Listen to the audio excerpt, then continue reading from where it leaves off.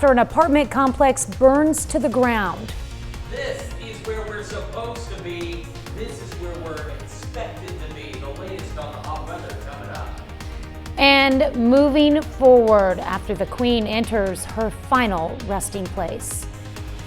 The 4 states' most watched news starts now. An investigation is underway in Galena, Kansas after a stray bullet from an apartment shooting strikes a neighbor next door. This is KOAM News at Noon. I'm Tanya Bach. Topping our first 7 minutes, prosecutors filed charges against one of 2 people arrested after the weekend shooting. It happened in Galena's Foxfire Edition. Investigators say 40-year-old Morgan Farron fired a gun in her duplex apartment. The bullet went through the wall and struck a resident in the adjoining apartment in the head. That victim suffered minor injuries. Officers discovered drugs and drug paraphernalia in Farron's apartment. They arrested Farron and a male resident in the home. Both are facing illegal firearms charges and several drug charges. More than a dozen families are without homes after a Kansas apartment complex burns down. And there were no fatalities, but the local community west of Wichita, Kansas is rallying together to assist the families. Joe Baker takes us to Kingman for the story. The Kingman Historic Theater and Citizens Bank are leading fundraising efforts to help those who lost everything. Dina Lampe, general manager of the Kingman Historic Theater, says this is what small town Kansas is all about. Lives are important. Things can be replaced, and so we've got the lives, and that is checked off. So now we need to work as a community and area communities to get them the things that they need. Dina also says victims and first responders of Saturday's fire are welcome to come to the Kingman Historic Theater this Sunday for a free movie and concessions. Dina says she's just a small part of a much bigger effort to help. This was a pretty big thing for Kingman to have, and we got to just remember everybody that was impacted by this.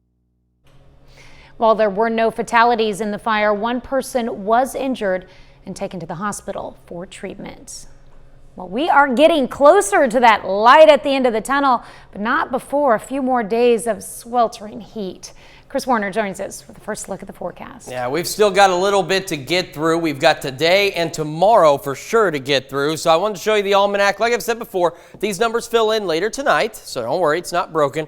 We should be at 80. Our record is 99 back in 1954, and that's the high we're heading for today. So we very likely could tie that record high. Skywatch Storm Tracker is clear. It is clear across a good chunk of the Midwest. Some activity off in New England states, Michigan, Minnesota, North Dakota, Montana, Colorado, California, Oregon, everywhere but where we need it, right here in the Midwest. But that is about to change. We do have a quick traffic alert we wanted to remind everyone of. So this stretch of Pennell, Highway Z, right at the railroad crossing at 171 to get into Carl Junction, starting tomorrow is going to be closed. It'll be closed tomorrow and Thursday. So it's not today, but it will be closed starting tomorrow. So drivers, of course, urged to find an alternate route. Neodesha 95, 95 Chanute, Parsons 95, Oswego 91, Joplin 93, Carthage 93. Hot to say the least. And we're starting to see a slight heat index out there of a couple of degrees. So still, it's only a couple of degrees, but I mean, 97 in Neodesha, 95 Parsons in Pittsburgh. It's still unpleasant nonetheless. As we go through the rest of the day, still looking for a high right around 98, 99. So we're likely to tie that. And then we're also looking at Fiona, which that's where it was, and this is where it's going as a Category 3 storm as it heads in to off toward the northeast of the New England states. So something definitely not a good situation for those dealing with Fiona down in, say, Puerto Rico, in that area where they dealt with a lot of flooding. And of course, Tanya's got the latest on some of that situation right now. Definitely would not be a good time to travel down there. The U.S. National Hurricane Center says Hurricane Fiona is pounding the Turks and Caicos Islands with winds of up to 115 miles per hour. Category 3 storm already slammed into the Dominican Republic and Puerto Rico. Hurricane Fiona is blamed for numerous deaths, and in Puerto Rico it knocked out power to most of the island. David Begnow traveled there to get the latest on the recovery. As soon as we landed, it was clear we weren't going to be able to get to the affected areas by car fast enough. So we got in a helicopter and we first flew over Toa Baja. You could see people standing on cars and on the second story of their homes, which were flooded. We then flew over Manatee, where you could see fuel actually running through the flooded town. And then we headed all the way west to the municipality of Añasco. Hi. We hitched a ride with Erica Matias in the back of her family's truck, and they took us through some of the town's inundated streets. She told us that in some places the water was up to 4 feet deep. Nice to meet you. We met a woman named Lourdes. She's been living here nearly 12 years. They just went through Maria, and now again. But the important thing is that we're alive. Lourdes took us to her home, which she says she helped to build with her family years ago. Have you ever thought of moving out of a flood zone? I love living here because I love my neighbors. I like the environment. The only bad part about this is this. But the storms won't stop. I know. Endless outages on the island have led people to protest in the street and post their frustrations on social media. The lack of accountability and professionalism by the power companies. According to the Puerto Rico Energy Bureau, since Luma Energy took over 15 months ago, power outages on the island last longer than they did when the island's bankrupt power authority, which managed the grid for decades, was in charge. Why is that? Now, it's taking a little longer because we're fixing the grid. We're not just going over there and clipping one branch and that's it. We're making a more permanent fix on the repairs we're doing. This is really going to be the test for the private company that was brought in 15 months ago to take over transmission and distribution on the island. Can they perform in a way that makes power and water return faster this time than it did 5 years ago? David Begno, CBS News, on the ground here in Toa Baja, Puerto Rico. Hurricane Center says the storm is likely to strengthen into a Category 4 hurricane as it approaches Bermuda on Friday. New questions today about how dozens of migrants were flown to Martha's Vineyard. A sheriff in Texas has opened a criminal investigation into how they were lured onto planes, allegedly under false pretenses. The Bexar County Sheriff says the 48 migrants were promised work.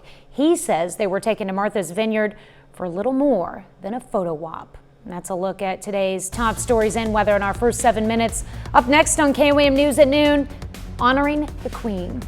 Britain's royal family mourns privately after the funeral for Queen Elizabeth. I'm Ian Lee with how the nation is moving forward after the loss. And later, we're making garlic lover's steak in the Mr. Food Test Kitchen. Britain's new king has flown to Scotland to grieve privately as the royal family spends one more week in mourning after yesterday's funeral for Queen Elizabeth II. There are mixed emotions as a new chapter of the monarchy begins. CBS's Ian Lee reports from London. Moving on isn't easy after any loss, but Britain's final farewell to Queen Elizabeth has united the nation. It's a sad time for the country, but it also brought the country together in a way, this sort of national event. Royal pageantry, grandeur, and centuries of tradition paraded through London yesterday. The Queen's state funeral at Westminster Abbey brought 10 days of mourning to a close. She was joyful, present to so many, touching a multitude of lives. The symbols of her reign graced her coffin, including the crown she wore after her coronation in 1953. The imperial state crown will now be resized for King Charles to wear after his coronation here at Westminster Abbey, expected sometime next year. The new king led a procession following his mother's coffin through the heart of London, before a royal hearse took the Queen to her final resting place in Windsor. The Queen meant so much to all of us, such a great woman, so special. Mourners lined the 25-mile route, captivated and heartbroken. It's just so overwhelming, you know, just seeing it in real life, the coffin, the soldiers go past, but it was beautiful. It's a nice send-off for her. Loyal to the last, even the Queen's corgis and her favorite pony took in the weight of the moment before the late monarch was lowered into the royal vault and laid to rest after 70 years of service to a grateful nation. Ian Lee, CBS News, London. We now know just how many people passed by the Queen's coffin while she was lying in state. The government says around 250,000 mourners made it into Westminster Hall to say goodbye to the Queen after standing in line for hours. Still to come on the KOAM News at noon, Mr. Food. If you love steak, garlic, and having everyone smiling around your dinner table, I suggest you don't go anywhere. But first, Chris Warner returns with your complete forecast. Well, if you go outside, it's very easy to tell that it's extremely warm. It's toasty, it's hot, it's unpleasant to say the least. And the Skywatch Storm Tracker, not doing anything in our favor. As you can see, nothing going on our level. You got to zoom all the way out to find some activity circling around us, and that's because we've got a big ridge of high pressure in control. But it's eventually going to get out of here and allow a cold front to come in and bring us some rain chances, which we are looking forward to. Right now at 7th and Range Line, it is as clear as it can be as far as the eye can see. And even though you can't tell it from the image, it's hot outside. Let's see how hot it is. Okay, maybe we don't want to see how hot it is. It's 93 right now, feels like 96. We had a dew point of 66 out there. It is toasty. Toasty across the area. The further west you go, the warmer it is. Neodesha 95, 95 Chanute and Parsons, 93 Independence, 91 Chitopa, 91 Lamar, 93 in Carthage at the noon hour. And we are not right where we're supposed to be yet either for our high temperature. It's going to get warmer. So those dew points are now sitting right around the mid to upper 60s, which is what's leaving us with a bit of a heat index. Now, the good news is the heat index is only roughly 2 to 3 degrees warmer, but still that 2 to 3 degrees warmer makes it feel like 97 in Neodesha, 95 in Parsons, so not good at all. Here's the thing, though. If you're an allergy sufferer, the heat is a really good reason to stay inside beyond just having to deal with the pollen. We got an 8.8 out of 12 today, 8.3 out of 12 for tomorrow, but with incoming rain chances, the good news is we're looking at the opportunity to lessen the pollen count. It's been a minute since we've had to bring this up, but we want to remind you, if you're outdoors, stay hydrated, take frequent breaks, limit those outdoor activities, wear lightweight, light-colored clothes, make sure you're checking on the elderly and pets. It's hard to believe it is September, and we're talking the extreme heat safety tips. It's still September. It's not July. We haven't gone back in time. I didn't see a DeLorean out in front of the building. We are still in September. It's just hot.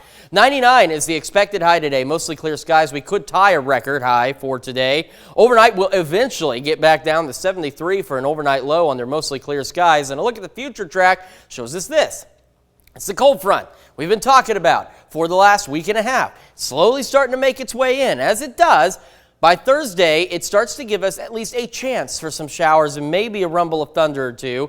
You can see they get out of here quickly. By the time we hit Saturday, a stray shower or two is possible, but then we have better chances of rain building in on Sunday, but they will get out of here very quickly as well. The one really good thing that the cold front does for us is it brings our temperatures down. Because, I mean, look at some of these temperatures at 4 a.m. on the flip side of this cold front, whereas 4 a.m. this morning, we were nearly 80 degrees outside. So definitely some much needed relief, and it helps with the high temperatures too. Unfortunately, over the next 8 to 14 days, we're still socked in for dry, some below normal precipitation, and we're still right on the edge of above average temperatures, and that's over the next 8 to 14 days across the area.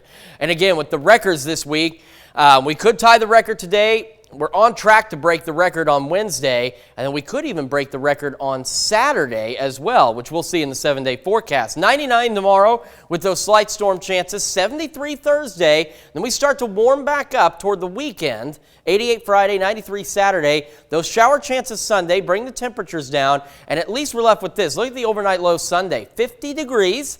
It's a lot more manageable, a lot more fall-like, and it leaves us at least starting the week with slightly more reasonable temperatures as well, which is something that we need because this heat is just kind of crazy for this time of year. I mean, you'd think it was July. It's almost like looking at the July forecast, but with a smattering of fall in there. And of course, first day of fall officially Thursday starts at 8:04 p.m., if I'm recalling correctly. So that means the first full day of fall is on Friday when it's going to be 88 degrees.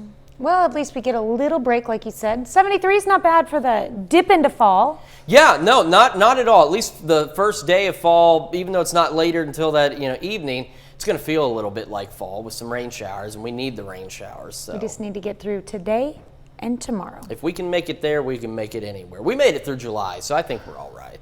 All right, thanks, Chris. We take this time to honor today's fourth-state hero, Colin Black in the U.S. Navy. The Chanute, Kansas native joined the military in 2006. He served a tour in Afghanistan and aboard both the USS Theodore Roosevelt and the USS Dwight D. Eisenhower. To Colin Black, we thank you, our fourth-state hero. Well, there's nothing better than a big, juicy steak. And today, Howard shows us how to make one that uses garlic to take your dinner up another level in flavor and style. We're making garlic lover's steak in the Mr. Food Test Kitchen. Nothing beats a steak that's juicy, flavorful, and tender. So on those occasions when you want to splurge a little, I have just the thing. If you have a food processor or a blender, now would be a great time to take it out. And if you don't, no worries, you can chop all the ingredients by hand. We start by placing a bunch of fresh parsley in our chopper, along with some olive oil, fresh lime juice, a bunch of peeled garlic, and a generous amount of salt and pepper. We put the top on and pulse it until everything is well combined. You may need to scrape down the sides a couple of times, but that's easy enough. Now we pour all but 1/2 cup of this over a beef skirt steak, cover it, and place it in the fridge. After an hour or so, you'll want to turn it over so every inch of our steak soaks up all that goodness. Then it's cooking time. And you can do this indoors on a grill pan or out on your charcoal or gas grill. It only takes minutes before everything smells garlicky delicious. Once your steak is cooked just the way you like it, slice it across the grain and get ready for one of the most flavor-packed steaks you've ever eaten. To get the recipe for our garlic lover steak, you know what to do. Visit our website. I'm Howard in the Mr. Food Test Kitchen, where today we found a garlicky good way for you to say, ooh, it's so good. That does look tasty, and I've already written down the recipe. You can find it, if you haven't done so, along with a lot more good food from the Mr. Food Test Kitchen online. Just go to our website at KOAMnewsnow.com. Here's a look at our 4-state market prices.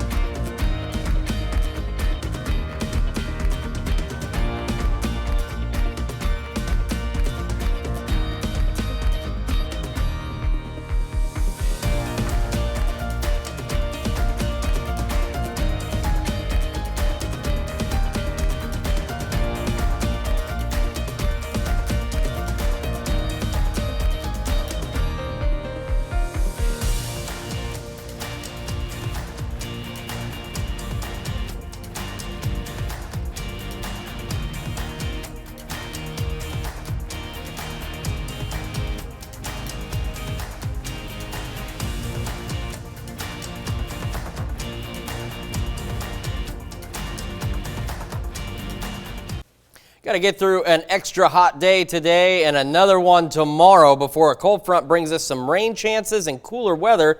Warms up briefly and then another shot of rain Sunday and cools us back down to more fall-like temperatures. It's more like an extra hot day. Yeah, too many extras for Yeah. sure.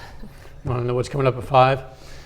Yeah, sure. I'm going to tell you, are you a night owl or an early bird?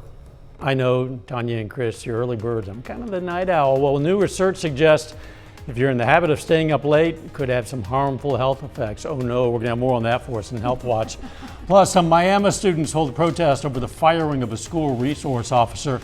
And an event at Pitt State is gaining popularity with a wait list as businesses try to get space in front of students. Hope you'll join us for those stories, whether you're a night owl or an early bird tonight. KOAM News at 5. I think it's best to have the best of both worlds. Early bird during the week, night owl on the weekends. I thought you were going to say go to bed early and sleep late. That would be great. Which would be better than going to bed late and getting up early. Well, thanks for joining us for KOAM News at Noon. We'll see you right back here at 5 o'clock.